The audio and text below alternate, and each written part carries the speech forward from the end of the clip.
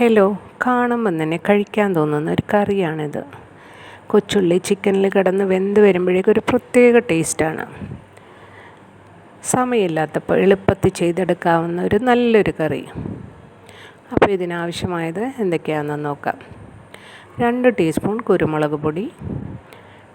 സവാളയാണ് എടുക്കുന്നതെങ്കിൽ 2 എടുത്തിട്ട് 4 കട്ട് ചെയ്തിട്ടാൽ മതി. 1 ടീസ്പൂൺ അണിയൻ പൗഡറാണ് ഞാൻ എടുത്തത്. 1 ടീസ്പൂൺ ഗാർലിക് പൗഡർ, ആവശ്യത്തിന് ഉപ്പ്, 1 ടീസ്പൂൺ ഗരം മസാല, 3/4 ടീസ്പൂൺ മഞ്ഞൾപ്പൊടി, 1 പിടി ഇഞ്ചി തുണ്ടമായത്, 1 പിടി കൊച്ചുള്ളി, എരിവിനാവശ്യത്തിനുള്ള പച്ചമുളക്, 2 ഉരുളക്കിഴങ്ങ് വലിയ പീസസായിട്ട് മുറിച്ചത്, പിന്നെ ചിക്കൻ പീസസ് ഇട്ട് അതിലേക്ക് കുറച്ചുകൂടി വെളുത്തുള്ളിയും കൂടെ ചേർത്ത്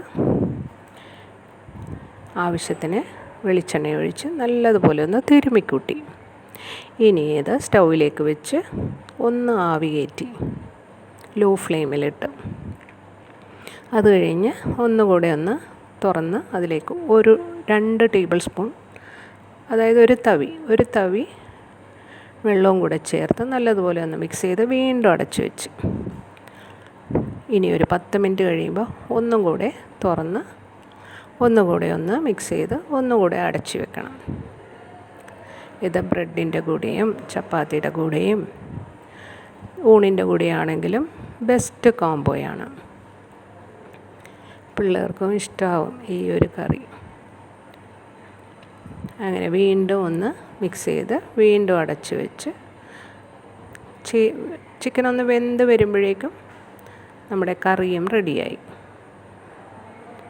നല്ല മസാലയെല്ലാം പറ്റി റോസ്റ്റായ പോലെ ഇരിക്കും.